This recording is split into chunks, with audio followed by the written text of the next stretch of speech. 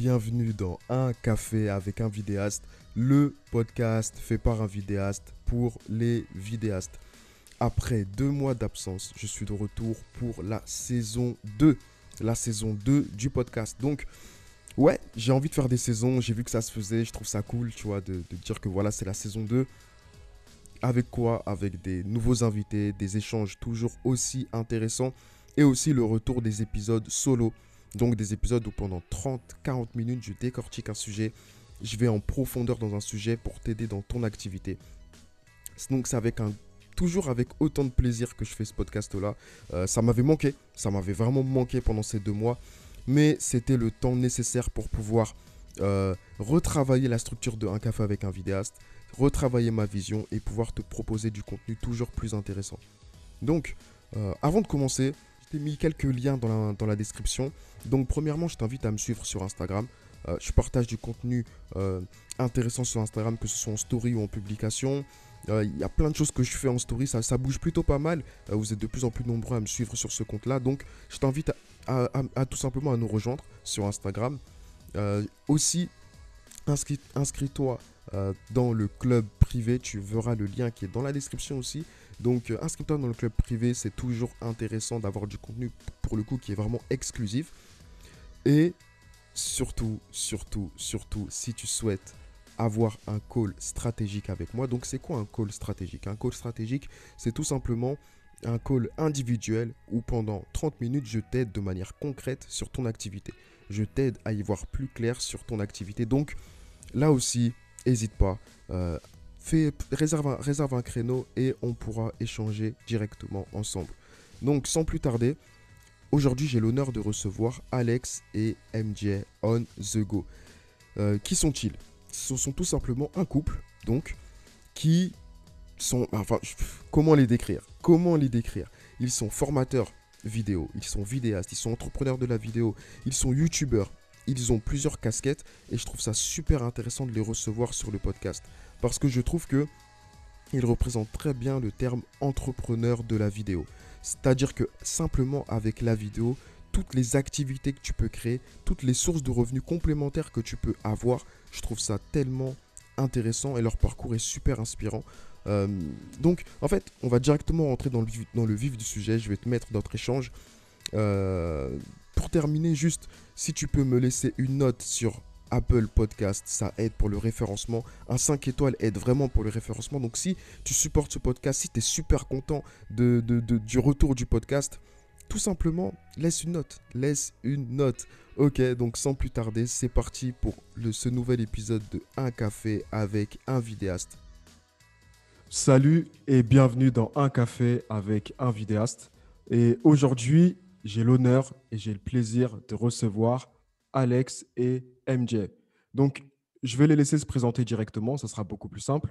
Mais en tout cas, vous allez voir, ça va être super intéressant. Je pense qu'on va avoir un échange où vous aurez beaucoup de choses super, des super informations à avoir tout simplement. Donc, je vous laisse vous présenter. Alors, premièrement, merci de l'invitation. Ça Oui, nous fait chaud au cœur de pouvoir discuter avec vous aujourd'hui de vidéos, de caméras et de tout ce qui nous passionne. Dans le fond, nous, on est Alex et MJ on the go. C'est notre nom sur les réseaux sociaux. Et comme vous pouvez très bien l'entendre, on n'est pas européen, mais on est bien canadien. canadien. Nous, ça fait presque un peu plus de 5 ans maintenant qu'on voyage à travers le monde à temps plein à produire du contenu vidéo, photo sur nos réseaux sociaux. Donc, on partage ça avec une belle communauté sur YouTube, sur Facebook, sur Instagram. Et c'est vraiment ce qu'on fait à temps plein. Et on est chanceux et choyés de vivre de ce beau métier. On a visité plus de 30 pays depuis Ouais. les 5 dernières années. Évidemment, avec la COVID, ça a mis un peu un stop aux voyages internationaux, mais Mais on on s'est a... amusé à découvrir notre propre pays, en fait. Ça nous Exact. a comme permis de pouvoir explorer chez nous, chose qu'on ne se permettait pas vraiment de faire avant. Et en fait, ça nous permet de Ouais. faire découvrir notre pays à d'autres gens aussi de l'extérieur. Donc, il y a beaucoup de nos abonnés qui sont européens, français, suisses, belges, etc. Donc, ça nous permet de leur faire découvrir notre beau coin de pays qu'est le Canada. Super, super, super.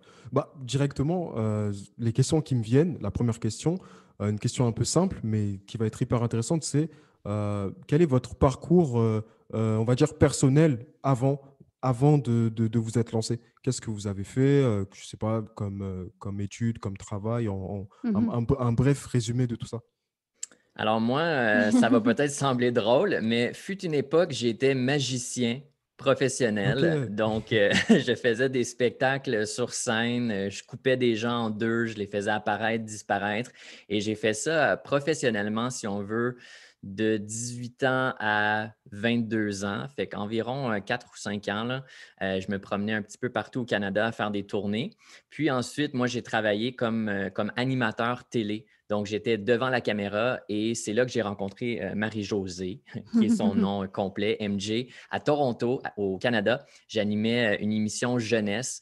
Puis, c'est de là vraiment qu'est né mon amour pour divertir. Fait que c'est parti de la magie aussi de la télé. Puis, Mhm. MJ, toi, tu travaillais en Oui, production aussi. moi, j'ai un parcours un peu différent, plus traditionnel. J'ai juste, après le secondaire, je ne sais pas c'est quoi les termes en Le français, là, le lycée, lycée, après je le crois. lycée. Je suis allée faire des études en production télévisuelle. Fait que dans le fond, j'ai appris l'envers d'un décor, mais sur un plateau de télévision. ok. Puis moi, mon but, c'était d'être vraiment derrière les caméras et non devant. J'aimais ça, faire du montage, filmer, etc. Puis après mes années d'études, ben, j'ai trouvé tout de suite un emploi dans mon domaine à Toronto, à TFO, où j'ai rencontré Alex. Fait que j'ai travaillé là, mais j'étais encore derrière la caméra, mais j'étais assistante à la réalisation. Fait que dans le fond, moi, je m'occupais de faire toutes les organisations des tournages. Puis on travaillait vraiment en équipe, Alex et moi. C'était comme l'animateur sur le show sur lequel je travaillais. Puis, Elle est tombée en amour tout de c'est ça. suite. Elle m'a regardé dans les yeux et elle a dit putain, lui, je le marie. Mais on a travaillé quand même plusieurs années Plusieurs années. ensemble. Ok. On a travaillé ensemble environ 4 ans. MJ a été là au total 8 ans.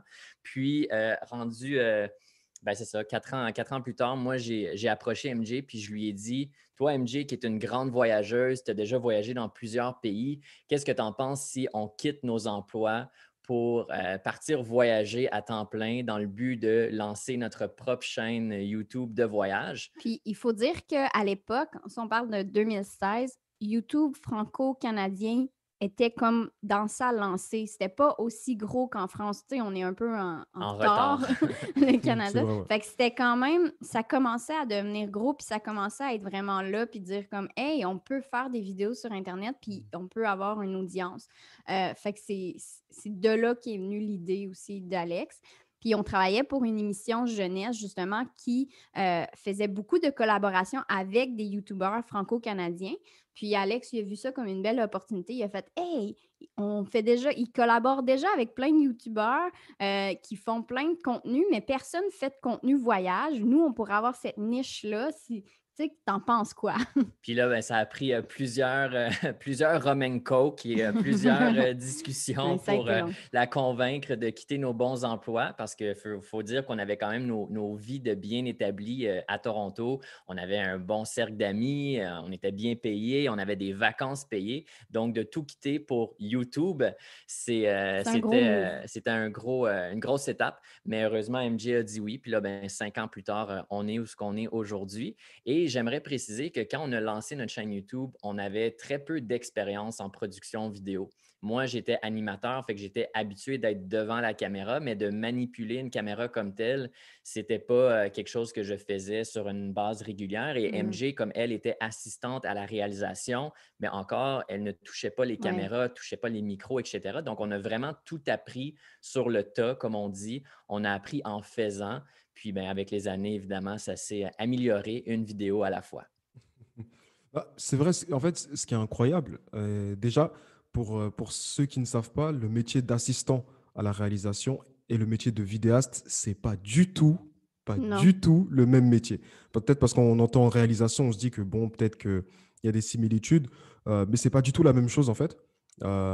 Et en fait, ce que je trouve incroyable, c'est vous vous êtes lancé parce que vous avez vu une opportunité, ou bien vous vous êtes Mhm. lancé parce qu'aussi il y avait ce désir je sais pas, de pouvoir modeler son style de vie, de pouvoir voyager ou c'était quoi la raison qui vous drivait le plus?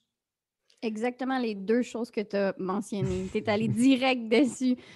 C'était vraiment par désir d'avoir une autre sorte de vie, puis de vivre différentes expériences. Puis c'était aussi par, j'ai déjà oublié, mais Ben, par par- oui, opportunité. par opportunité, c'est ça le mot que j'avais oublié. Mais oui, c'est exactement ça. On avait le goût de vivre de nouveaux défis, surtout.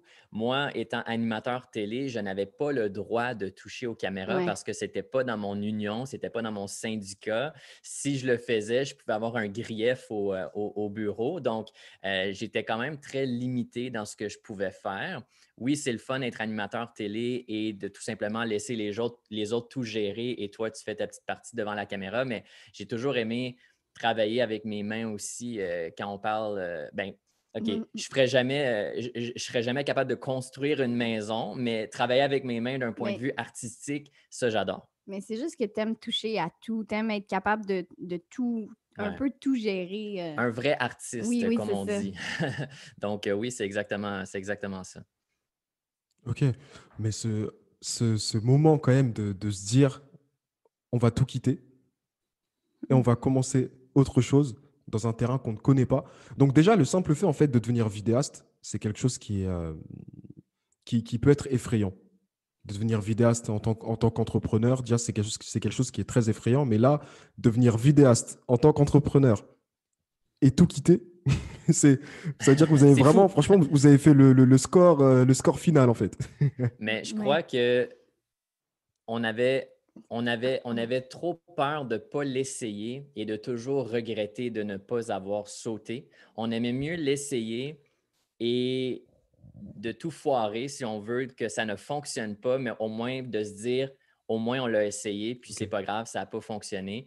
On s'était dit, pire des pires, c'est pas grave, on revient à la maison un an plus tard, on se trouvera de nouveaux emplois. Je suis certain qu'on pourrait même retravailler pour la boîte de prod pour qui on travaillait. Pour nous, on dirait que c'était pas grave, on voulait tout simplement l'essayer. Puis je pense aussi le fait qu'on était quand même plus jeunes, on avait 25 ans. On dirait que quand tu es plus jeune, c'est moins épeurant de tout quitter pour essayer quelque chose de nouveau. Peut-être que si on avait eu 40 ans, 45 ans, là, on se serait mis beaucoup plus en question parce que justement, on dirait que ben, tu es plus vieux, tu es plus conscient des risques et tout, mais on dirait qu'à notre âge, on avait moins cette conscience-là, puis on était plus ouvert à l'idée de sauter dans le vide. C'est un peu comme faire un saut en bungee ou en parachute. On l'a fait dans notre vingtaine, mais je ne suis pas certain que je le referais aujourd'hui dans ma trentaine parce qu'on dirait que je comprends plus les risques et les choses. Mais d'un autre côté, si tu as vraiment une passion pour quelque chose, puis il y a une petite voix à l'intérieur de toi qui dit non, il faut que tu l'essayes, saute, puis vois ce que ça donne, bien, je pense qu'il faut écouter cette petite voix-là parce qu'on vit seulement une fois, puis on ne veut pas avoir des regrets sur notre lit de mort dans plusieurs années. C'est exactement ça que je voulais rajouter, que c'est important, tu sais, si c'est déjà en dedans de toi, puis tu y penses, puis tu le remues, nous, tu sais, c'est sûr, on l'a réfléchi, notre décision et tout, mais au profond, nous, on avait le désir d'essayer quelque chose de différent, puis c'est ça qui nous a amené à faire l'espèce de saut. Fait qu'il faut vraiment savoir s'écouter aussi, puis si c'est déjà en dedans de nous, bien, un moment donné, il faut faire confiance à la vie, puis prendre ça comme une autre opportunité de faire comme, tu sais quoi, je vais faire confiance, je vais sauter. Puis oui, ça va peut-être être rough, ça va peut-être être difficile à certains moments, mais ça va m'amener ailleurs, puis ça va me faire comme complètement comme Ça va me ça va me sortir de ma... sortir de ma zone de confort, mais ça va m'apporter complètement vers une autre porte. Puis c'est ça qui est tellement le fun, c'est que si on n'avait pas quitté nos emplois, j'essaie toujours de me dire, je me projette, tu sais. Là, ça va faire 6 ans. Ça a fait 5 ans en janvier. Mais il y a 5 ans, si je m'étais projetée 5 ans plus tard, mais je serais probablement encore assistante à la réalisation, encore à TFO, encore dans ma petite vie routinière que j'avais à l'époque, que j'adorais. Là. J'avais rien contre cette vie-là. Mais je me dis, waouh, si je regarde maintenant 5 ans plus tard, tout ce qu'on a accompli, notre style de vie maintenant, comme où est-ce qu'on est rendu, je vois même pas. Je me demande encore pourquoi je me suis posé autant de questions parce que ça me fait vraiment faire avancer de manière Exponentielle. exponentielle. Oui. Mais c'est certain que nous, ça a été, comme tu l'as dit, intense. On a vraiment tout plaqué pour quitter pour ce projet-là, mais rien n'empêche d'y aller par étapes aussi. Donc, s'il y a des gens qui nous écoutent et qui, eux aussi, aimeraient tout quitter pour lancer leur business en production vidéo ou quoi que ce soit, ben c'est correct aussi d'y aller étape par étape, de garder son job à temps plein, puis de commencer à faire ça les week-ends, les soirs, etc. Mhm. Puis une fois que ça devient vraiment, une fois que le business prend plus d'espace, de temps et que ça devient quasiment un job temps plein, bien là, on peut faire la transition beaucoup plus facilement et beaucoup plus aisément sans trop avoir peur. Fait que c'est certain que nous, on y est allé à fond, mais c'est pas obligé pour réussir. C'est vrai que quand je me suis lancé aussi, j'avais 19 ans, je crois, ou Mm. 18 ans. Donc vraiment super tôt. Ouais. Et c'était aussi un peu comme ça. J'ai pas réfléchi très longtemps avant de me lancer. J'ai décidé de me lancer directement, de le faire. Et avec le recul, peut-être que, bon, je l'aurais toujours fait. Je l'aurais toujours fait. Mais c'est vrai que là, il y a une certaine fougue, on va dire, de la jeunesse, un certain truc Mhm. de vouloir faire la chose directement. Mais du coup, quand vous êtes lancé, j'ai l'impression que YouTube, ça a été central dès le début. Vous êtes lancé en incluant déjà YouTube, en ayant une certaine vision, on va dire, financière de votre activité. Quand vous êtes lancé, ça ressemblait à quoi? C'était des prestations vidéo, c'était YouTube, c'était quoi finalement en fait vos débuts? Fait que nous, le début, ça a été vraiment notre chaîne YouTube, Alex CMJ on the go. Nous, on produisait 3 vidéos par semaine, les lundis, mercredis, vendredis, de notre tour du monde. Fait que cette première année-là, en 2016, on a voyagé pendant 11 mois. On a visité une 13aine de pays, si je ne me trompe pas. Mhm. Donc, on s'est promené quand même pas mal à travers le monde. Mais, mais niveau financier, c'est que quand on est parti pour lancer YouTube, nous, on a gardé une bonne relation avec notre ancien employeur qui, comme je l'avais mentionné tout à l'heure, faisait affaire avec des YouTubeurs. Fait que nous, on est parti en disant, regardez, nous, on va être capable de vous produire du contenu sur le voyage à l'autre bout du monde. Puis, on est capable de vous produire 2 capsules par mois, 2 vidéos par mois que vous allez pouvoir utiliser dans votre émission. Puis, ça l'a passé. Fait que la première année, on a voyagé beaucoup, puis c'était YouTube, mais on savait qu'on avait cette petite Entrée entrée d'argent. d'argent qui n'est pas rien quand même. C'était pas des gros montants, mais ça nous Mais permettait quand même de gagner un petit revenu à faire ce qu'on aimait, qui était de voyager, faire de la vidéo. Mais justement, en parallèle à ce contrat-là, c'était vraiment YouTube. mhm, Puis nous, on se disait, ben, encore une fois, on va voir où ça va nous mener. On ne sait pas si les gens vont accrocher, si les gens, ça va les intéresser. Puis petit à petit, on a commencé à bâtir notre communauté. Puis c'est là qu'on a vu qu'il y avait un intérêt pour ce qu'on faisait. À long terme, on ne peut pas dire qu'on avait un plan d'affaires spécifique. Nous, on suivait la vague. On s'était dit que nous, notre chaîne YouTube, ça pouvait justement servir de portfolio, ça pouvait nous servir euh, de visibilité. Des gens qui nous voient réaliser du contenu pourraient nous embaucher pour créer des contenus promotionnels pour leur entreprise, etc. On s'est mis à faire beaucoup d'échanges de services avec des entreprises touristiques pendant nos voyages. Donc, on faisait des voyages gratuits ou des activités gratuites en échange de visibilité ou même de contenu vidéo que nous, on leur soumettait par la suite. Mais à long terme, on ne savait vraiment pas où ce que ça allait nous mener. Puis tu vois, aujourd'hui, on en est même rendu à avoir notre propre formation en ligne où on enseigne la production vidéo. Donc, on n'aurait pas pensé être rendu là quand on a commencé, mais justement, ce parcours-là nous a mené à collaborer sur différentes mhm. émissions télé, à collaborer avec des entreprises aux 4 coins de la planète, à développer et à bâtir notre communauté en ligne et ensuite de créer notre propre formation en ligne aussi. Mais il faut dire quelque chose qui est intéressant, c'est que, tu sais, tout à l'heure, je mentionnais que quand on change de vie, ben, ça ouvre des différentes portes, puis on ne sait jamais qui on va rencontrer. Mais dans notre premier tour du monde, on faisait du woofing en Nouvelle-Zélande, puis ça, du woofing, c'est dans le fond, tu restes chez les gens en échange de travaux ménager, là, si on Ouais. veut. Là. Puis, Paysager. paysager.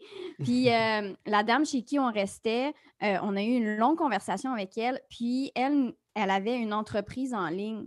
Elle faisait des cours pour des programmes pour de Perte de maigrissement, poids. bon, perte de poids.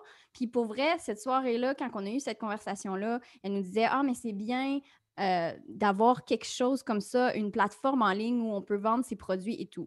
Et ça n'a pas été un élément déclencheur là, mais c'était comme une espèce de petite graine qui est allée planter dans nos cerveaux aux deux, puis ça l'a mijoté, puis c'est ça, avec le fil du temps, mais c'est là que aussi Filmmakers on the Go a pris son Forme. envol, sa forme, si on veut. Mais je le sais qu'au départ, moi, c'était la première fois que j'étais familiarisée avec l'idée d'avoir une entreprise en ligne où j'allais pouvoir gérer comme, ma propre vie, si on veut, puis j'aurais pas besoin de dépendre d'un employeur. Fait que pour moi, ça a vraiment été comme un moment marquant dans notre voyage. Puis si on n'était pas sauté, si on n'était pas allé faire le tour du monde, probablement qu'on n'aurait jamais rencontré cette dame, puis ça aurait peut-être été encore plus long avant que cette graine-là arrive dans nos cerveaux. C'est vrai que les opportunités, en fait, elles se créent dans l'action. Finalement, c'est ça. Mhm. Finalement, il faut prendre des actions. Et les actions créent des opportunités qui nous emmènent à faire des choses. Et lorsque tout évolue, lorsqu'on revoit en arrière, on se dit, waouh, en fait, j'aurais jamais, Ouais, si j'avais pas fait ça, j'aurais pas eu ça, et ça, et ça, et ça. Et il y a plein de super choses, en fait, qui naissent de tout ça. Exactement. tellement. Mais du coup, en fait, vous vous définissez comme quoi? Comme youtubeur, comme vidéaste, comme entrepreneur de la vidéo, comme quoi? C'est une grosse question qu'on se pose souvent. Mais je te dirais qu'on en est venu on est des créateurs de contenu qui se spécialisent dans l'industrie du voyage et dans l'industrie touristique, et on est aussi des formateurs vidéo. Donc, si j'avais à dire ça en une ligne, créateur de contenu voyage et formateur en production vidéo. C'est la définition qu'on se donnerait. C'est ce qu'on fait le plus souvent. Oui, on va faire des contrats aussi qui n'ont aucun lien avec le tourisme, qui n'ont aucun lien avec le voyage, mais je dirais quand même qu'à 95 du temps, tout le contenu qu'on On produit, gravite autour on de... gravite vraiment autour du voyage et du tourisme. C'est ce que je trouve super intéressant dans ce métier-là, dès qu'on est dans la vidéo, c'est qu'on peut créer notre propre métier, en fait. On peut créer notre propre activité. Et autour de moi, je connais plein de vidéastes et beaucoup ne font pas du tout la même chose. Pourtant, on peut utiliser le même matériel, la même caméra, le même système de lumière. Il y en a un qui va faire du mariage, par exemple. Il y en a une qui va faire des vidéos commerciales. Il y en a une qui va faire du tourisme. Enfin, tout le monde fait son truc et réussit à créer une activité qui lui ressemble. Et ça, je trouve ça génial, en fait, tout simplement. Je Oui, trouve puis ça. je pense que Ouais. c'est bien aussi de se spécialiser dans une niche. Quand on commence, on ne sait pas nécessairement ce qu'on aime, donc c'est correct d'expérimenter puis essayer différents trucs. Il y a des gens qui vont adorer l'immobilier, mais détester les mariages, tandis qu'il y a des gens qui vont détester les mariages, mais adorer faire de l'immobilier. Mais quand on devient expert dans une niche, bien, ensuite, on devient la référence et ça devient de plus en plus facile par la suite d'obtenir et d'avoir des contrats dans cette niche-là parce que le bouche à oreille fait son chemin. Et une fois qu'on est rendu expert dans une niche, moi, je trouve que c'est là que c'est un bon moment pour commencer à diversifier ses services, diversifier ses prestations puis ses offres de services. Donc, nous, ben, c'est ça, on s'est lancé à fond dans le voyage, dans le tourisme. Heureusement, on a visé dans le mille quand on a commencé, mais on est devenu un peu une référence quand on pense vidéo de voyage ben, au Canada et Au tout ça, Canada, francophone. francophone. Donc, nous, quand on a ben, quelqu'un a une proposition de contrat, que ce soit télé ou corporatif, qui touche le domaine du tourisme, ben, on est souvent dans les premières personnes qui sont contactées. Fait que moi, ben, c'est un conseil que je donne aux gens qui commencent, c'est trouvez-vous une niche que vous adorez, devenez expert là-dedans, faites votre nom, puis ensuite diversifiez dans d'autres avenues. Ouais, c'est un super conseil. C'est un super conseil, en fait, de devenir, on va dire, un des leaders, en fait, un des acteurs majoritaires de Mhm. sa niche. Et même souvent, à ceux qui débutent, je leur conseille aussi, des fois, ça peut être compliqué dans les débuts de faire uniquement ce type de vidéo-là, mais c'est possible de montrer que ce type de vidéo-là et en interne faire d'autres choses, faire d'autres types de Mhm. contrats, etc., pour financièrement être mieux, mais au niveau de son image, on va dire, de son branding, vraiment jouer la carte de vouloir se spécialiser et de rester fixé sur ça. Exact. Il y a beaucoup de Mhm. gens qui vont faire l'erreur de créer un site web, de mettre leur portfolio et avoir vraiment un milli-mélo de tout plein de différents projets, de différentes productions, et ensuite d'envoyer des clients de n'importe quelle niche à ce portfolio-là, quand ils devraient plutôt avoir une page, un site pour chaque niche dans laquelle ils veulent exceller. Donc, par exemple, si toi, tu veux faire du mariage, ben, aie une page seulement mariage qui démontre tout ton meilleur travail mariage et envoie tout ton trafic mariage seulement à cette page-là. De cette manière-là, ben, le client potentiel, il va se sentir beaucoup plus interpellé que s'il arrive sur un portfolio où il y a des clips de musique, où il y a de l'immobilier, où il y a de la restauration, où il y a X, Y, Z. Tandis que s'il arrive sur une page puis il voit que tu fais 100% vidéo de voyage sur cette page-là, ben, il y a beaucoup plus de chances que tu puisses ben, décrocher au moins un appel téléphonique avec cette personne-là, un échange quelconque, et ensuite ben, de potentiellement à obtenir le contrat.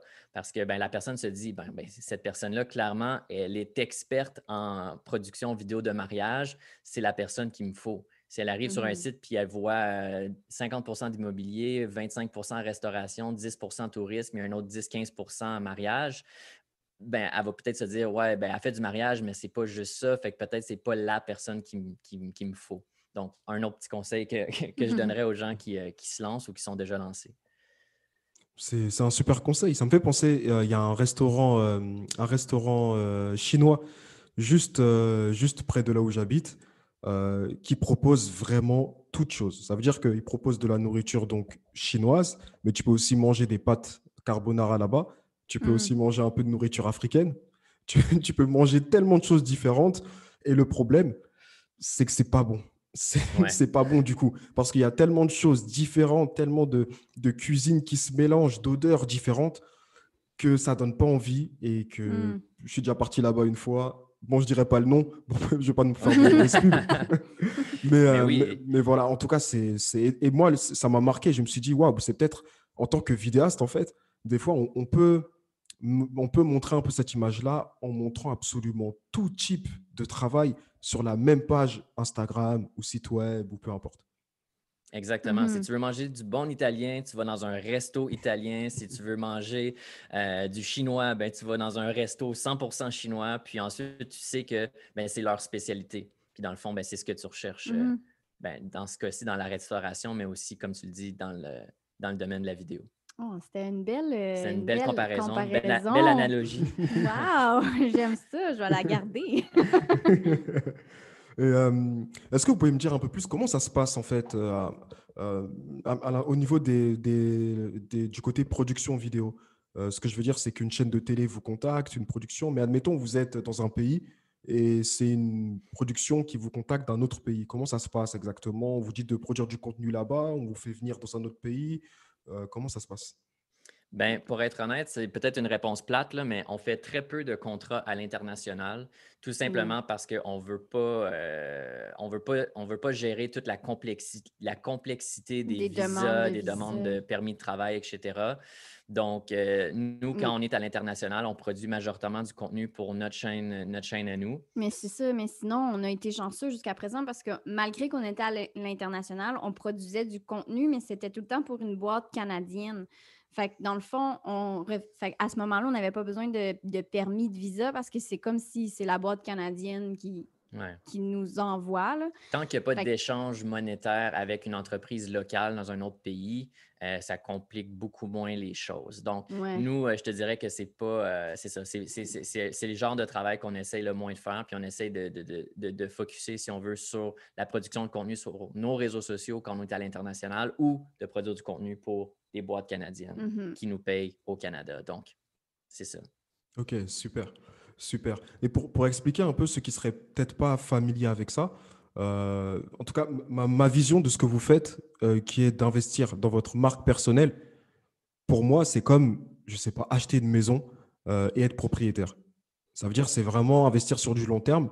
Vous investissez sur votre marque personnelle et plus les années passent, en gros, pour mieux expliquer, lorsqu'on est vidéaste et qu'on fait une prestation, on crée du contenu pour une autre entreprise. Mais lorsqu'on a une marque personnelle et qu'on crée du contenu, on crée du contenu pour notre propre entreprise.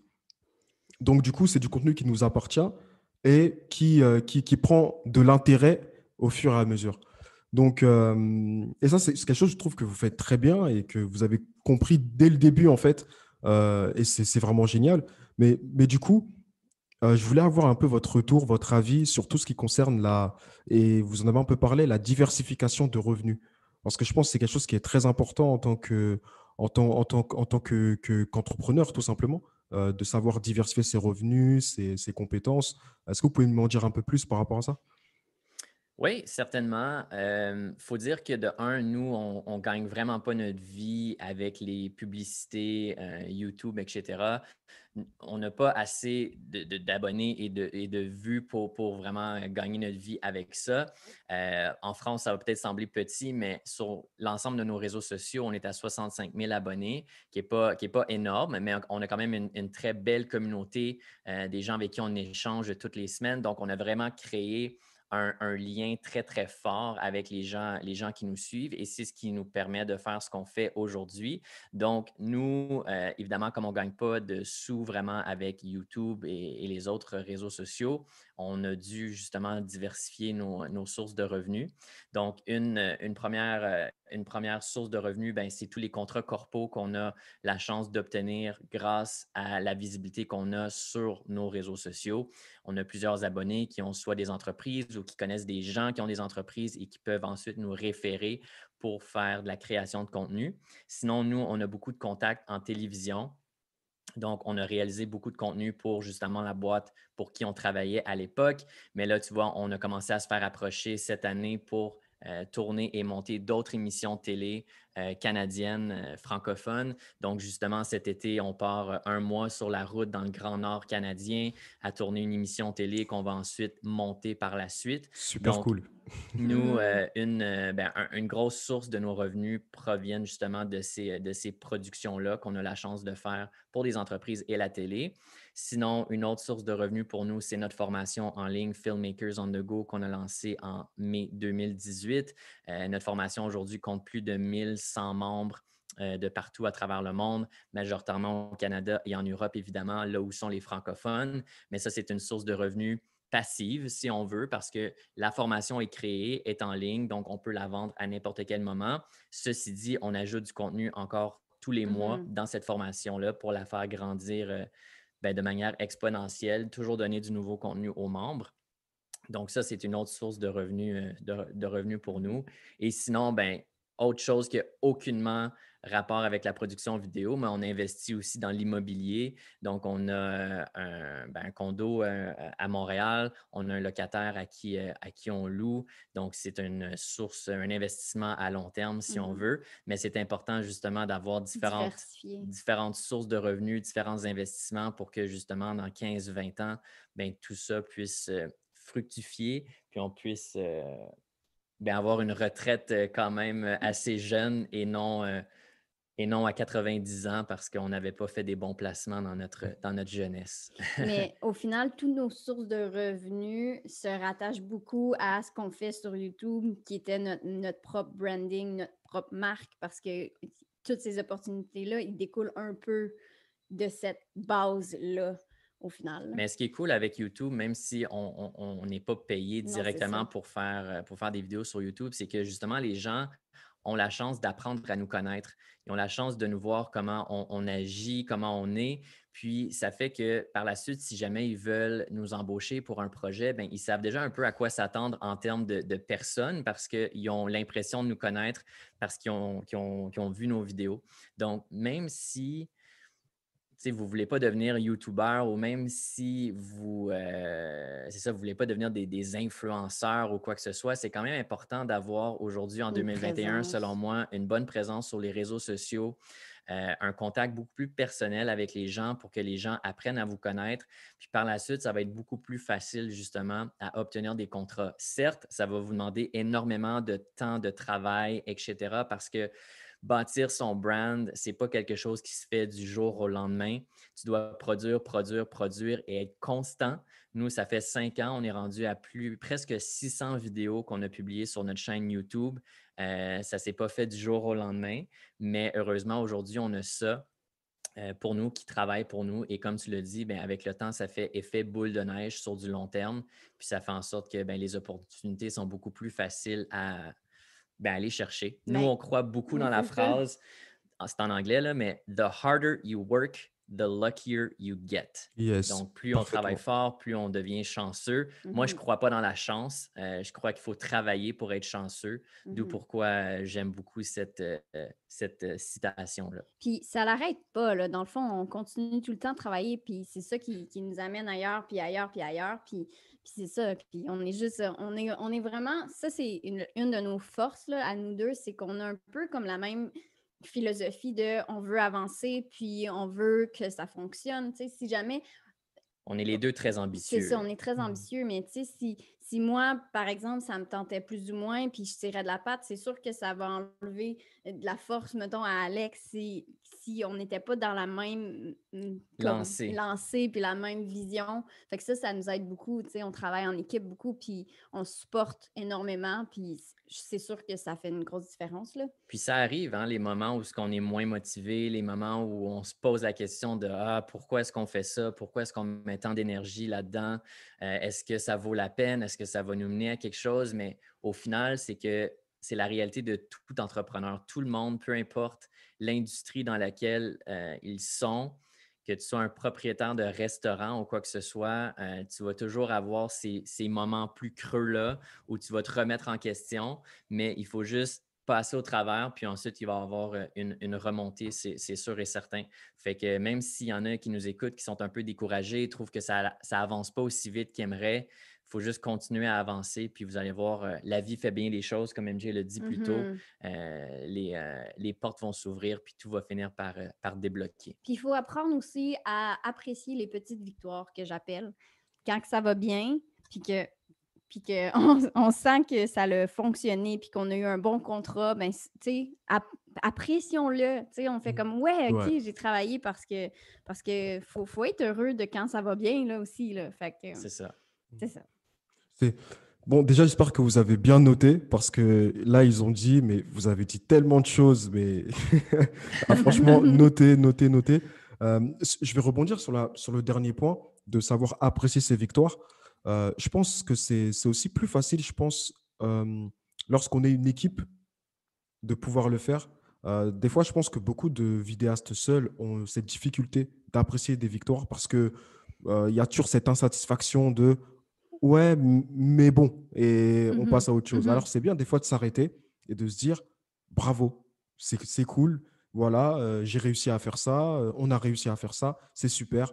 Oui, on n'a pas touché le milliard, oui, on n'a pas tourné le dernier film qui passe à Hollywood, ok, mais ce petit contrat, ce client qui nous dit merci beaucoup, bah, c'est une victoire. C'est une Oui, victoire, on Exact. s'arrête oui. et voilà. Et c'est vrai, c'est super important. C'est Il ne super faut pas important. avoir peur de, si on est seul, de partager ses victoires, soit avec ses amis, sa famille, mais aussi, il y a beaucoup de groupes Facebook de filmmakers, de vidéastes, et c'est possible de juste faire une publication, dire aujourd'hui, je vous partage une petite victoire, j'ai eu mon premier contrat payant, ou tu sais, mon client était hyper satisfait. Puis c'est certain que les gens, de un, ça va les inspirer de voir qu'il y a d'autres gens qui réussissent ou qui ont des petites victoires comme celle-ci. Puis cette personne-là va aussi recevoir des super beaux commentaires en échange. Donc, ça fait en sorte que ben, on est peut-être tout seul dans notre entreprise, mais il y a tellement de monde à qui on peut parler, tellement de gens à qui on peut s'ouvrir et partager ces moments-là que ça fait qu'au final, on n'est pas tout seul. Puis, il peut y avoir des belles amitiés qui se créent sur Internet aujourd'hui, justement, à l'intérieur de ces groupes-là, de collaborer même avec des personnes qu'on rencontre sur Internet. Si vous voulez travailler avec des gens, offrez vos services. C'est facile. Vous faites une publication. Hey, moi, j'habite dans la région de Paris. J'aimerais ça me joindre à une équipe qui ont peut-être besoin d'un peu d'aide.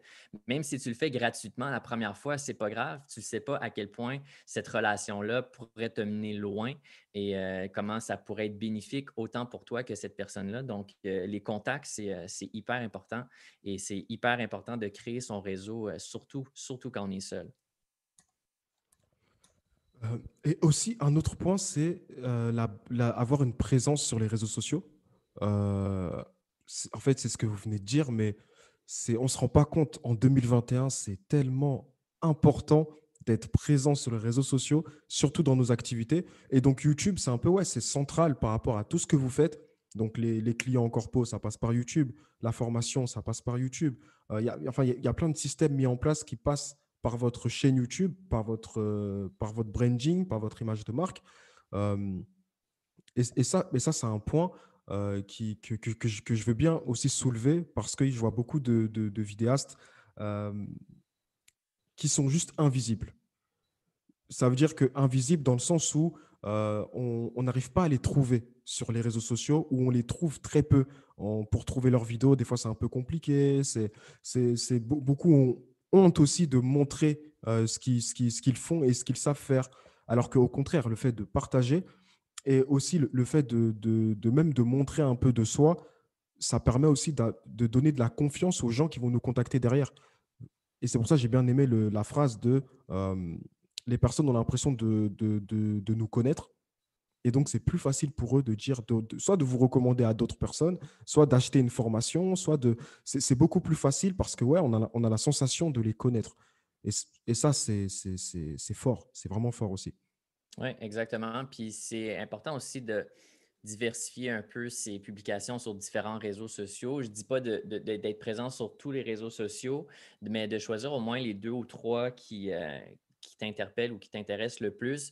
Nous, tu vois, Facebook, en fait, est devenu plus important pour nous que YouTube.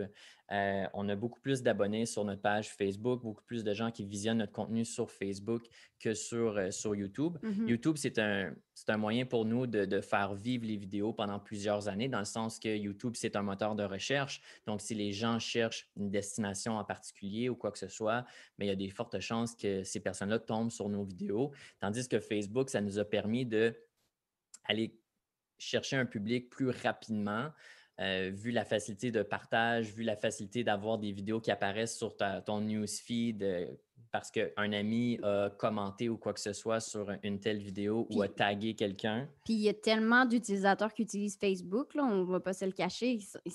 On utilise encore Facebook à tous les jours, là, probablement toi et nous. Ouais. Donc, c'est quand même que.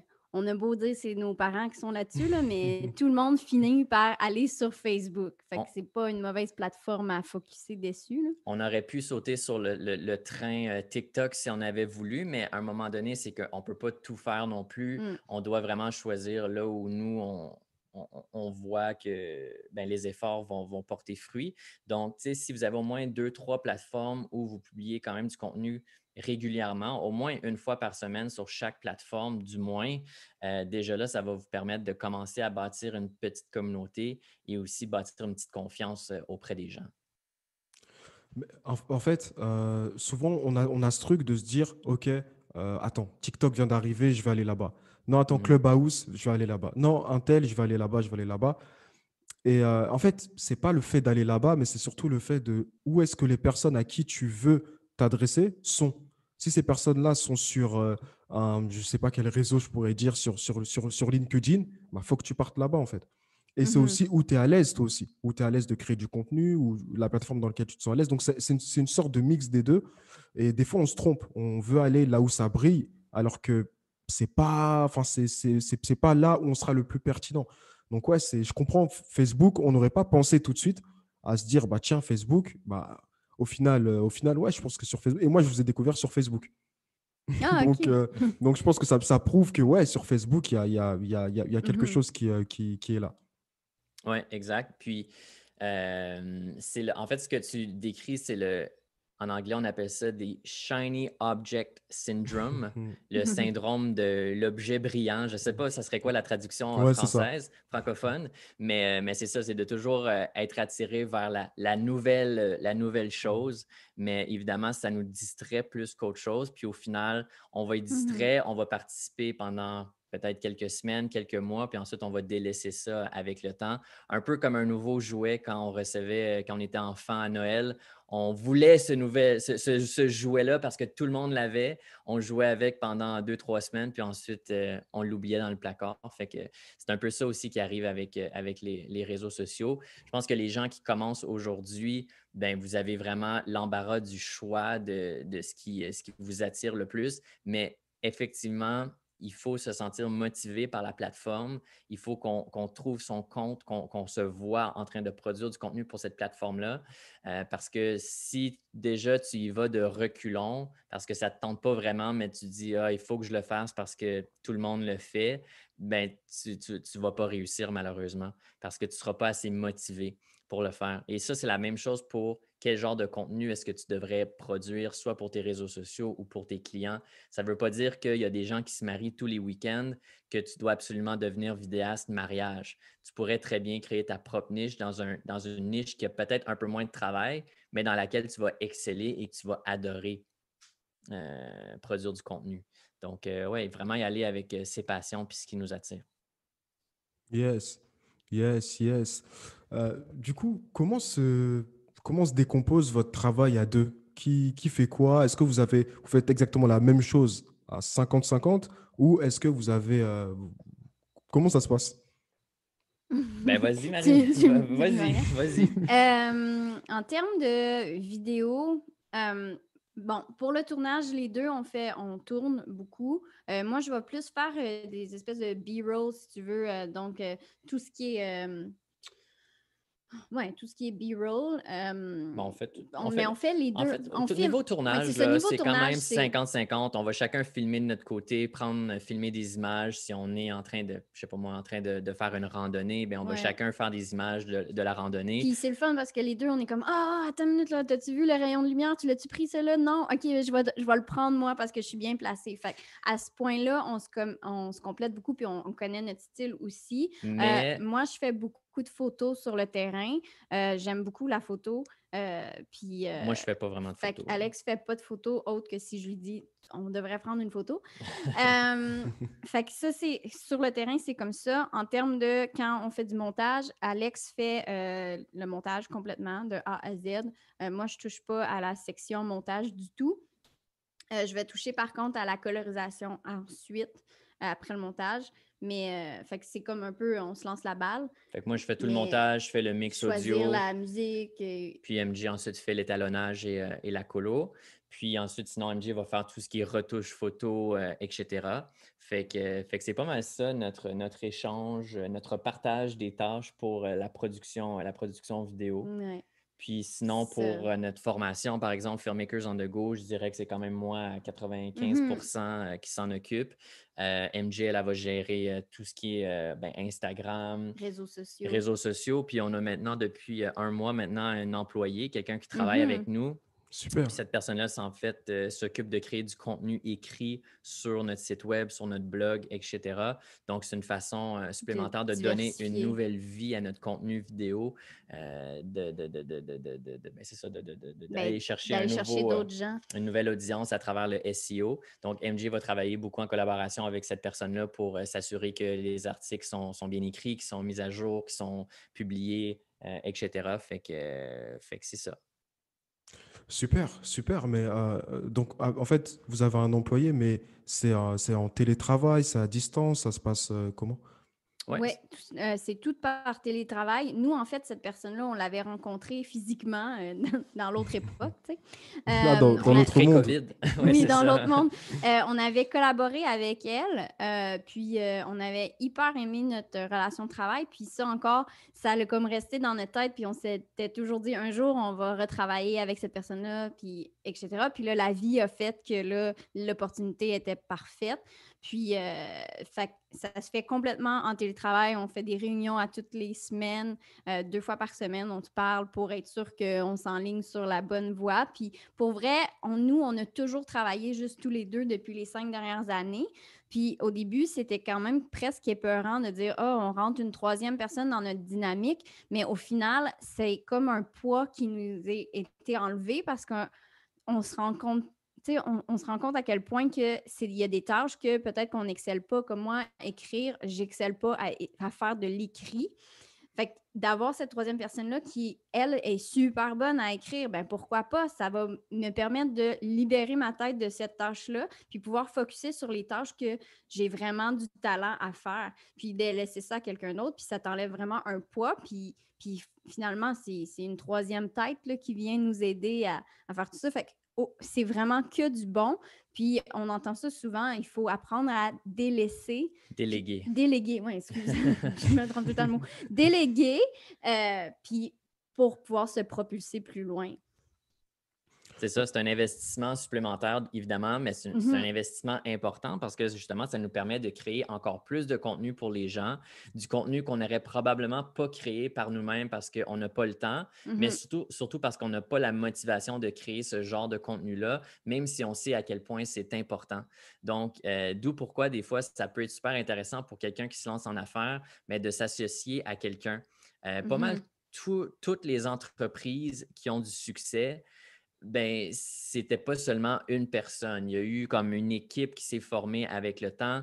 Tu sais, si on pense à voyons, le mec de Apple, Steve Steve Jobs, ben, il y avait lui, Steve Jobs, c'était, si on veut, un peu plus l'entrepreneur. C'est lui qui avait la grande vision, mais c'était son partenaire d'affaires qui était plus informaticien, puis qu'il faisait plus bon, le codage et tout, et tout, et tout. Donc, tu sais, au final, si on est seul puis on veut se propulser, ben ça peut être bon justement de s'associer à quelqu'un qui a peut-être des forces que nous, on n'a pas pour nous aider justement à se propulser. Puis en étant à deux, ben je trouve que déjà, c'est plus motivateur à foncer. foncer, à se pousser, à ne pas procrastiner parce que tu as quelqu'un d'autre qui dépend de ton travail ou qui attend ton travail pour être capable de faire le sien ou vice-versa. Donc, même si ce n'est pas un partenaire d'affaires 50-50, même si c'est quelqu'un avec qui tu collabores une fois de temps en temps, mais quand même, ça te donne cette espèce de petite motivation supplémentaire-là pour réussir.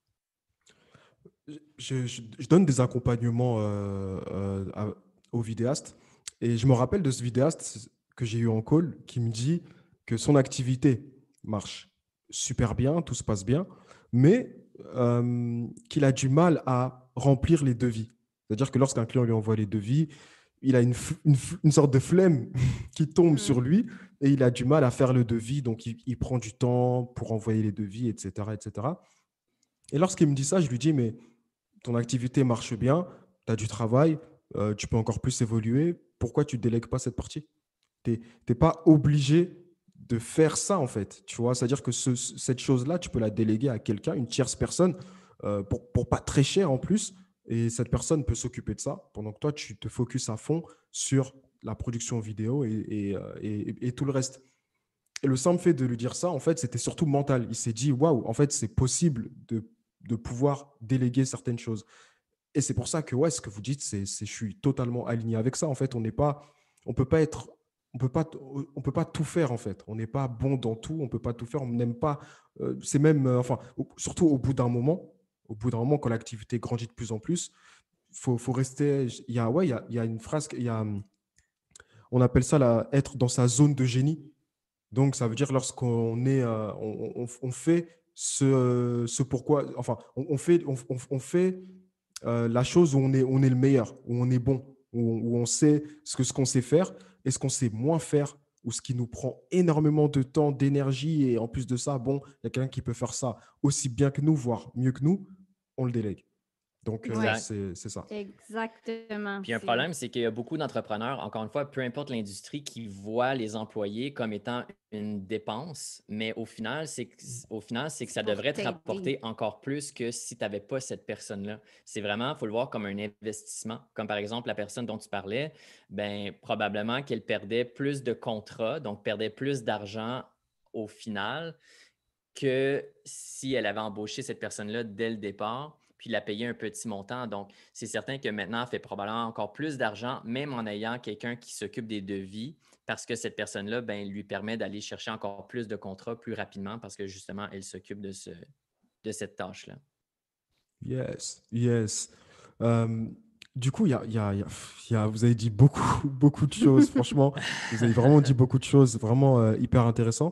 Par rapport à votre activité qui est, au final, c'est très digital, ce que vous faites, c'est très digital, mais il y a aussi une partie voyage.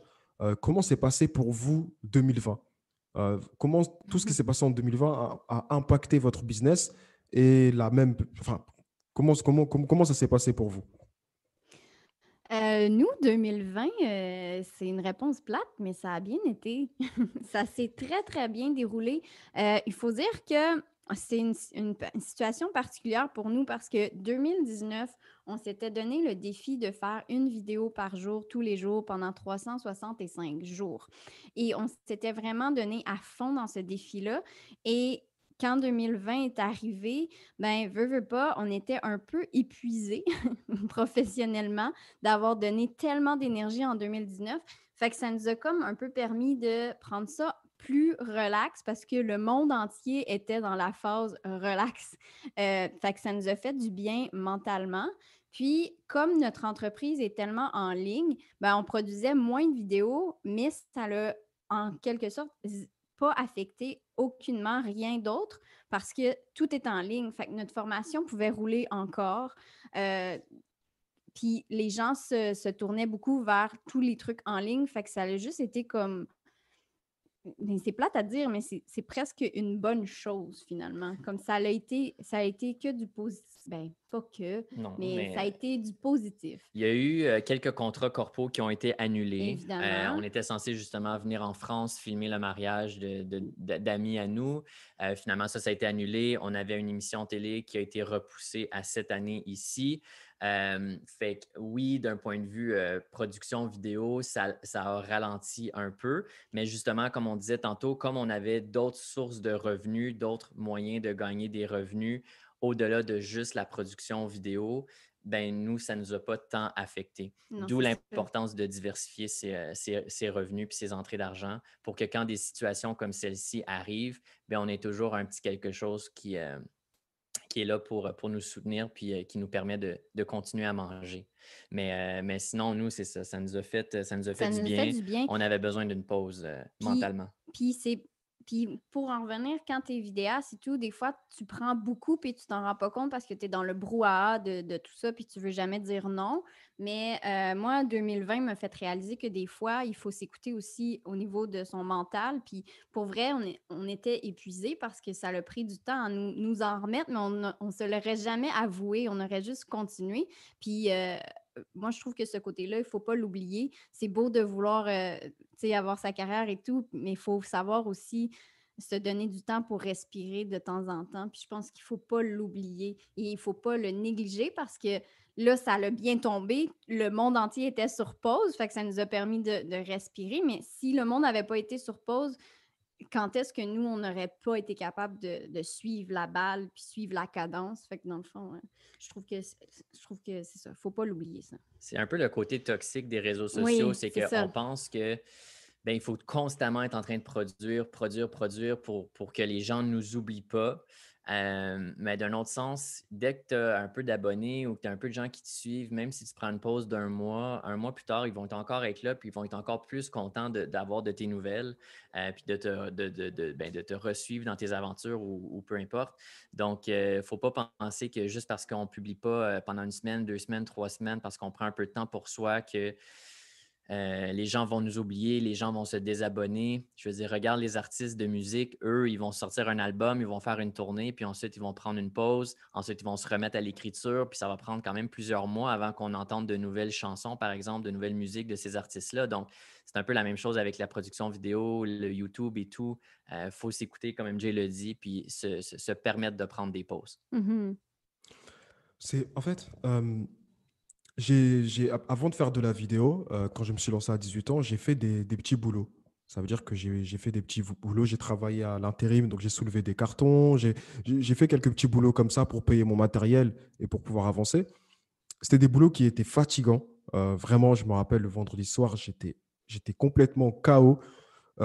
Mais pourtant, on ne se rend pas compte que créer du contenu sur les réseaux sociaux, que ce soit des vidéos, des podcasts, faire des prestations vidéo, etc., on ne se rend pas compte, mais surtout lorsqu'on on prend ça avec un certain nombre, c'est épuisant. Mhm. C'est épuisant. Et je pense que ça peut être compliqué pour certains. Ils vont se dire, mais non, vous voyagez, vous faites ceci, vous faites cela, ça peut pas vous fatiguer, tu vois.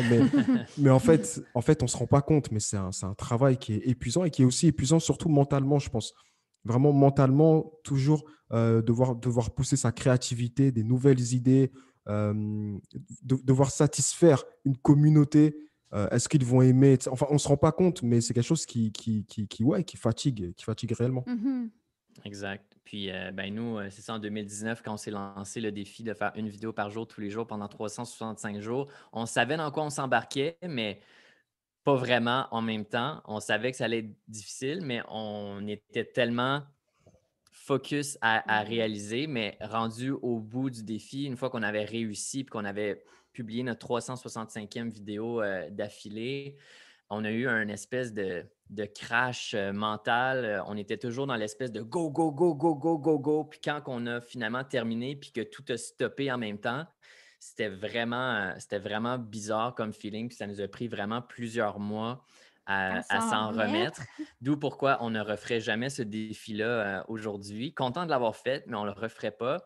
Et d'où pourquoi on a compris l'importance que il faut prendre des pauses une fois de temps en temps, que ce soit 1 ou 2 journées par semaine, juste pour se reposer l'esprit, question qu'on puisse revenir la semaine suivante en toute force et plein d'énergie. Et c'est de cette manière-là qu'on peut vraiment continuer à long terme. Parce que si on Oui, est c'est toujours ça. go, go, go, go, go, puis on n'arrête jamais, jamais, jamais, mais c'est certain qu'à un moment donné, on va frapper un mur, puis on ne sera plus capable de faire quoi que ce soit. Fait que, Mhm. C'est comme le lièvre et la tortue. C'est ouais, la même chose, la fable de La Fontaine. Si je suis le lièvre et je cours tout le temps, ça va être difficile, mais la tortue la finit tortue toujours en finit premier. par Puis on dirait avec les réseaux perdurer. sociaux, on pense toujours que si j'atteins pas les 100 000 abonnés d'ici les 6 prochains mois, je démissionne et je fais autre chose et j'abandonne.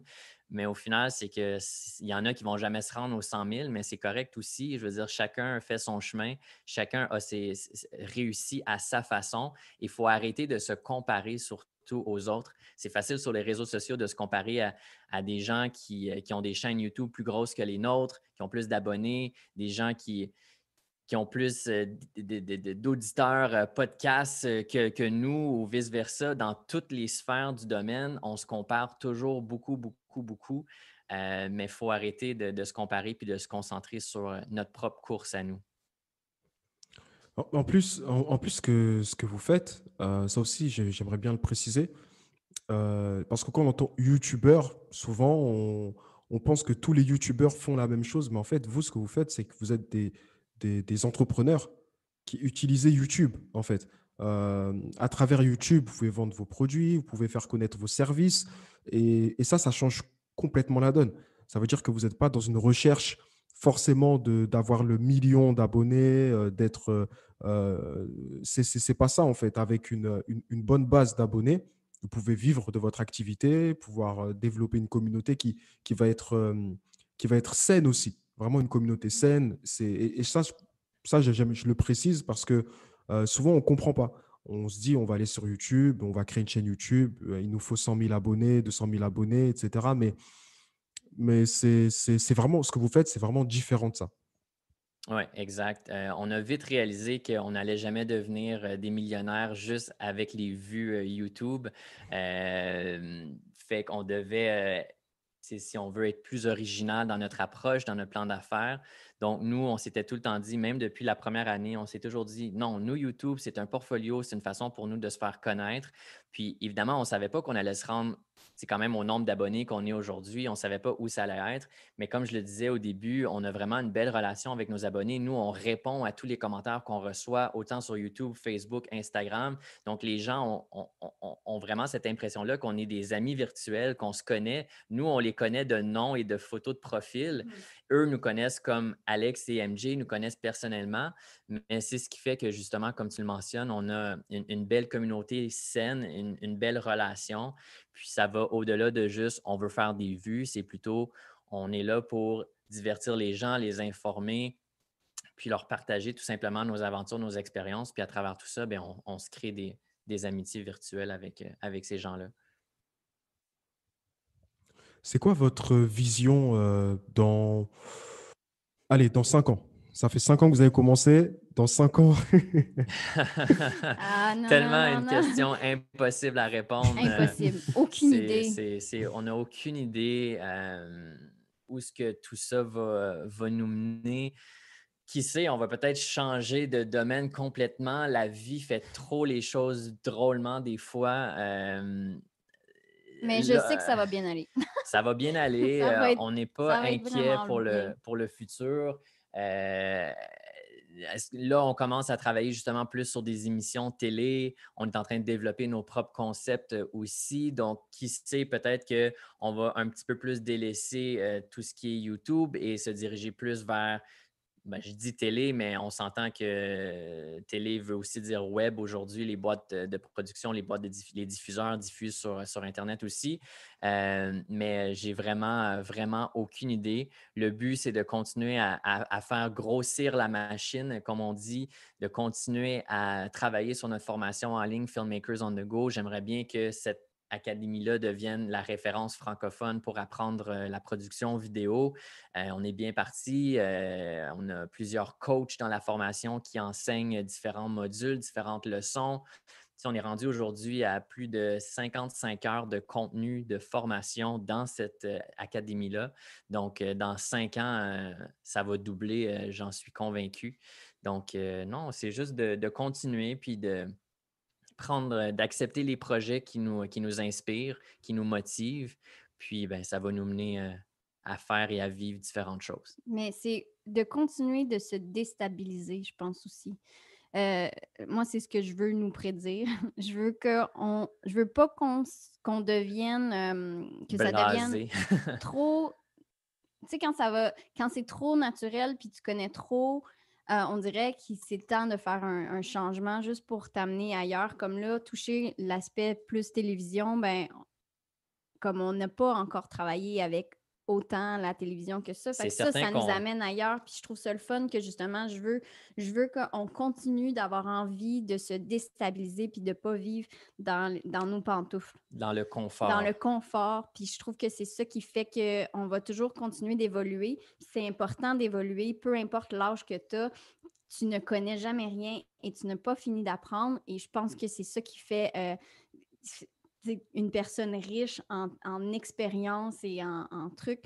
Fait que moi, je veux continuer qu'on se déstabilise puis qu'on se permette de se déstabiliser puis de nous emmener ailleurs, vivre des affaires complètement folles. Donc, si je résume, tu veux qu'on se déstabilise. Je veux qu'on se déstabilise. OK.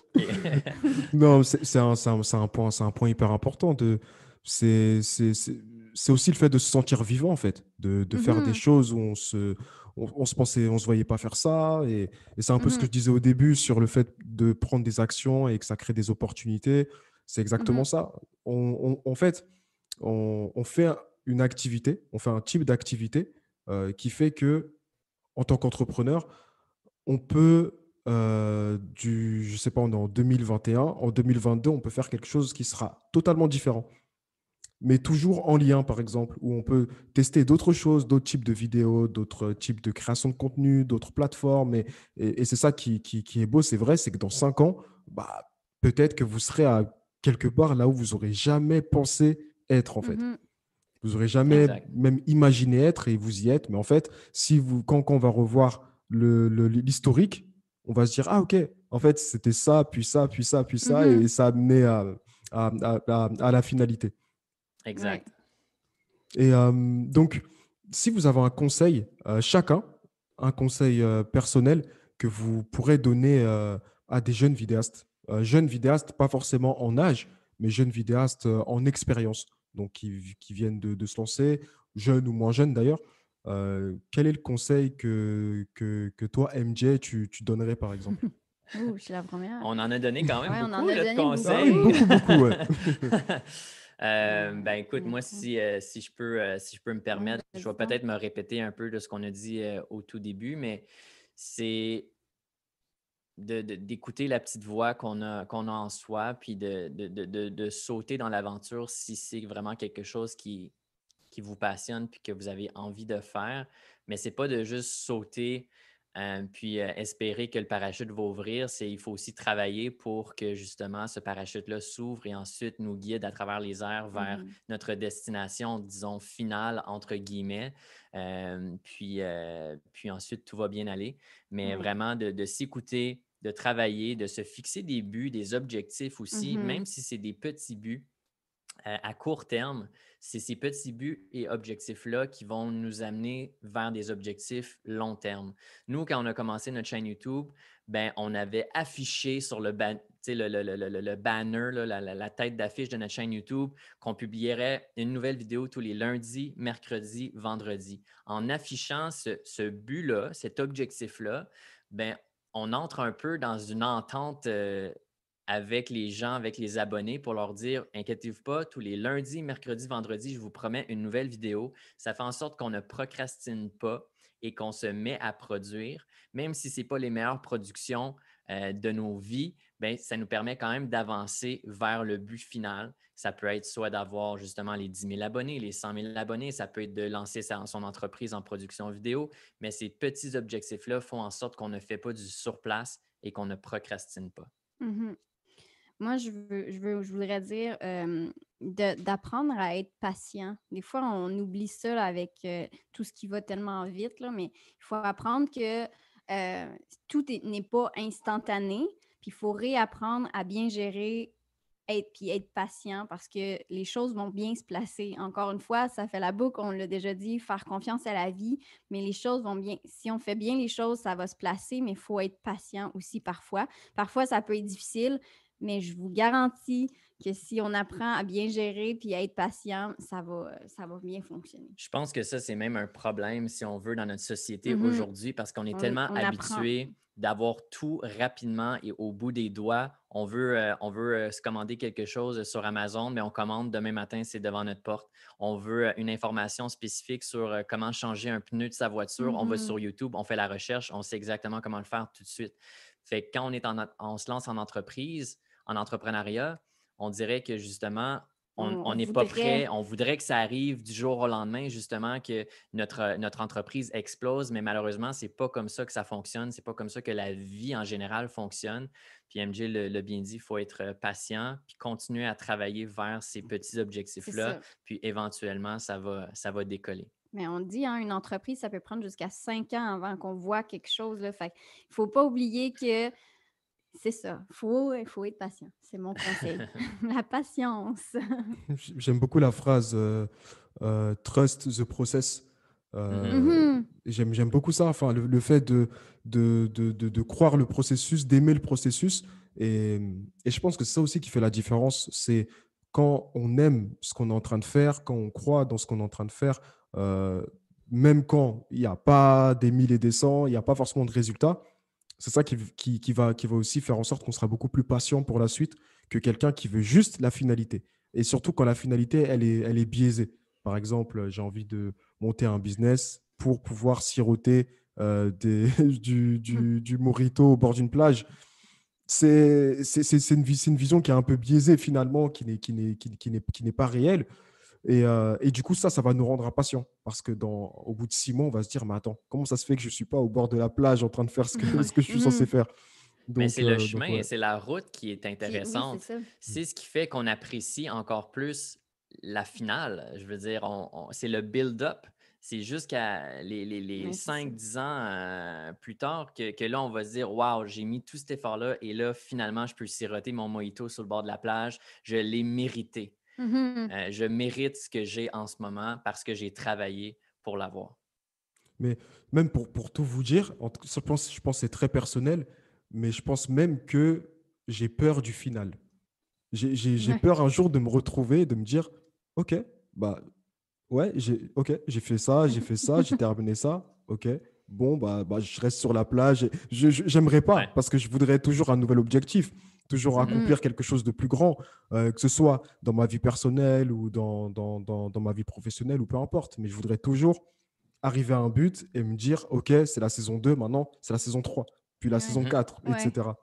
Oui, mais c'est correct. Je veux dire, tant son temps qu'on est satisfait à la fin de la saison, puis ensuite on reprend nos énergies pour passer à la saison 3, puis ensuite on se remet en marche. Puis même si c'est un tout autre projet qui n'est même pas en lien avec ce que tu as fait dans la saison 2, mais c'est pas grave parce que toi, ça te garde actif, ça te garde motivé, puis c'est ce qui rend le tout plaisant. Super. J'ai une dernière question. C'est je la pose toujours à chaque fin d'épisode, quelle est la pire anecdote ou l'anecdote la plus insolite de tournage? Ça veut dire, le tournage, c'est vraiment un moment où il peut se passer beaucoup de choses. Est-ce que vous avez une anecdote particulière? C'est peut-être pas en lien avec un tournage, c'est en lien avec la production vidéo. En fait, en voyage, on s'est fait piquer notre sac de matériel dans un Wow. autobus au Nicaragua. On avait environ 10 000 $ de stock dans ce sac-là. Ouh, On wow. avait une Sony Ah ouais, on venait A7S2, tout juste une d'avoir une nouvelle caméra. 16-35 mm. On avait un laptop, des disques durs avec des Oh roches qu'on non. n'avait pas encore Oh utilisées. non. Oh, ça fait mal. Ça m'est déjà Donc arrivé. ça a fait très mal, Mm. surtout que c'est arrivé, sous nos yeux sans même qu'on s'en aperçoive. Bref, j'étais assis dans l'autobus, puis le sac était juste comme à droite sur les étagères qu'il y a dans les autobus scolaires jaunes. Puis je regardais droit devant ou quoi que ce soit, puis à un arrêt, ben, la personne aurait pris le sac puis se serait faufilée par la porte derrière. Donc, moi, j'ai rien vu. Et quand ben, j'ai réalisé qu'il manquait mon sac, il y a une autre touriste dans l'autobus qui m'a dit Est-ce que tu cherches quelque chose? J'ai dit oui, je cherche mon sac. Puis là, elle a dit Est-ce que ton sac était noir? J'ai dit oui. Elle dit, il y a un mec qui est parti avec ton sac à Mm. l'arrêt précédente. Elle a dit, genre, je l'ai trouvé un peu louche, mais tu sais, je pouvais pas, je savais pas, là, tu sais, c'était une touriste aussi. Donc, quand on est venu à cette constatation-là, ça nous a brisé le cœur un peu. Mais au final, la seule chose que tu te rends compte d'une expérience comme ça, tu te dis, bon, mais c'est, tu sais, le plus qu'on a perdu, c'était du matériel. Puis là, 5 ans plus tard, je me dis, bah, ce matériel-là, on l'aurait sûrement pu Ben, utiliser on a parce qu'il perdu des était. roches aussi, là. Mais oui, ce qui nous a fait le plus mal, c'est que c'était nos disques durs qu'on a perdus qui nous a fait mal parce que là, on a perdu comme des souvenirs et aussi un projet vidéo. Mais tu sais, Mais faut petit, voir les trucs positifs, là. C'était quand même du matériel en grosse partie, là. Ça l'a fait énormément mal, mais là, aujourd'hui, moi, je suis très zen avec. mais ce qui est drôle dans toute cette situation-là, c'est que 2 jours avant, Ah oui! on avait le drone, notre drone, c'était un Phantom 3, avait décidé de mettre fin à sa vie dans l'océan. Puis, on l'avait gardé en guise de souvenir. On voulait l'accrocher un petit peu comme Casey Neistat avec ses vieux drones dans son studio. Puis, dans le fond, on avait laissé le drone dans le sac à dos. Donc, quand la personne a ouvert le sac, qu'elle a vu le drone, elle a probablement vite réalisé que le drone ne fonctionnait pas parce qu'il était rempli de sel de mer. Donc, c'était notre petite victoire et notre petit fuck you qu'on lui faisait à distance comme ça. Ah, ça m'est arrivé aussi. Je m'étais fait voler mon MacBook en 2019, fin 2019. Mon MacBook avec des disques durs. Et ouais, ce qui m'a fait plus mal, c'était les disques durs. Parce que, Mhm. parce que des rushs, c'est quelque chose que tu peux pas racheter, en fait. Ça veut dire Ouais. que tu Non, peux c'est pas ça. racheter tes rushs, que ce soit des projets pour des clients ou des projets personnels. Et donc, du coup, c'est. Et puis même, c'est des choses que la personne ne va pas utiliser. Elle va pas Exact. utiliser ces Exact! rushs-là. Et donc, tu as envie de lui dire, écoute, Pourquoi? rends-moi au moins mes rushs. Oui, oui, c'est C'est- C'est ça. ça. Moi, je me suis toujours dit dans la vie, si un jour je me faisais aborder par quelqu'un qui a un fusil ou un couteau puis qui me demande ma caméra, moi, je lui demande est-ce que c'est correct si je garde au moins juste les La cartes petite carte. SD dans la caméra, s'il vous plaît? Je te donne le boîtier, je te donne les objectifs, mais s'il vous plaît, laisse-moi mes cartes SD. Super. En tout cas, merci à vous deux. C'était vraiment un super épisode. Vous avez donné vraiment beaucoup d'informations. Où est-ce qu'on peut vous retrouver? Ben, écoute, je pense que la façon la plus centrale, c'est de se rendre sur notre site web alexmjondego.com. De là, vous allez pouvoir trouver notre chaîne YouTube, notre page Facebook, nos formations en ligne. C'est vraiment le hub central où on peut vraiment tout trouver à notre sujet, nos articles de blog, etc. Donc, moi, je vous dirais rendez-vous sur alexmjondego.com ou sinon filmmakersondego.com pour la formation directement. Mais on est partout sur Instagram, Facebook, YouTube, sur le web. Fait que c'est assez simple aussi de nous trouver en faisant juste la simple recherche Google, Alex MJ on the go, puis tout est là. Donc, vous pouvez retrouver tous ces liens-là dans la description. Et, est-ce que vous avez un dernier mot? Mais Mais non, je pense que ça fait le tour, honnêtement, pour ceux et celles qui nous écoutent, qui veulent se lancer, foncez, n'ayez pas peur. Il y a de la place pour tout le monde, même si on pense que le domaine est saturé. Tout le monde a sa propre façon de s'exprimer via les images. Donc, n'ayez pas peur, même si vous commencez et que ça peut sembler un peu accablant. Vous allez vous faire votre place, j'en suis convaincu. Il soyez suffit de patient. persister puis d'être patient, puis vous allez réussir à votre façon, c'est certain. Mais merci de l'invitation. Oui, C'était vraiment merci. gentil. C'était une belle discussion. Puis j'ai aimé Échanger. l'échange. Ouais, merci beaucoup à vous. J'ai beaucoup aimé aussi l'échange. Bon, ben, nous, on va terminer comme on termine toutes nos vidéos. On dit merci, on se revoit la prochaine fois. Ciao! Salut!